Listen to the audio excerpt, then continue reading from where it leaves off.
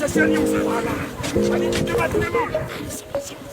est aujourd'hui ici à Val Thorens. C'est un recyclage maître chien d'avalanche de fin de saison.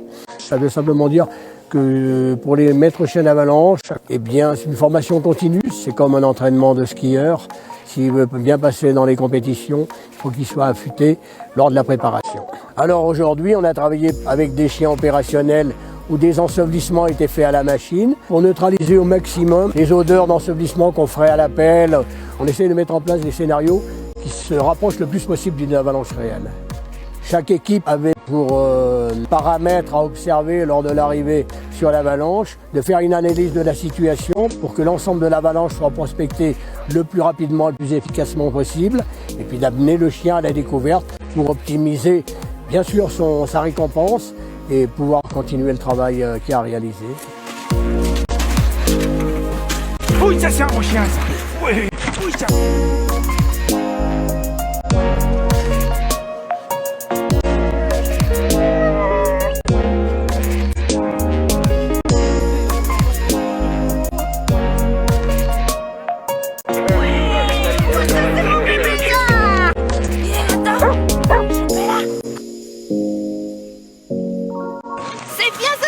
Allez, vas-y, viens là.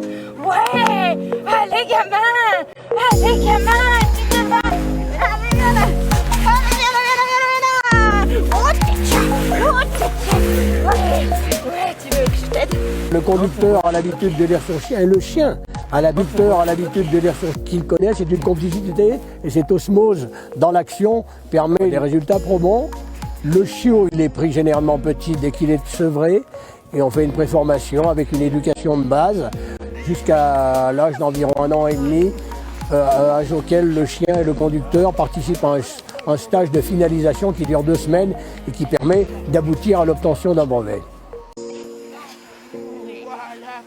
C'est-à-dire que les équipes cynophiles, ça fait sensiblement en demi-siècle que ça fonctionne, mais lorsque tous les appareils de détection que l'on connaît, les DVA, les RECO et d'autres appareils très sophistiqués, on a pensé que quelque chose allait arriver, qui allait remplacer ce détecteur d'odeur de victimes ensevelies sous la neige. Eh bien non, il a été jusqu'à présent irremplaçable et il le prouve chaque année pour les personnes qu'on ressort lors des avalanches.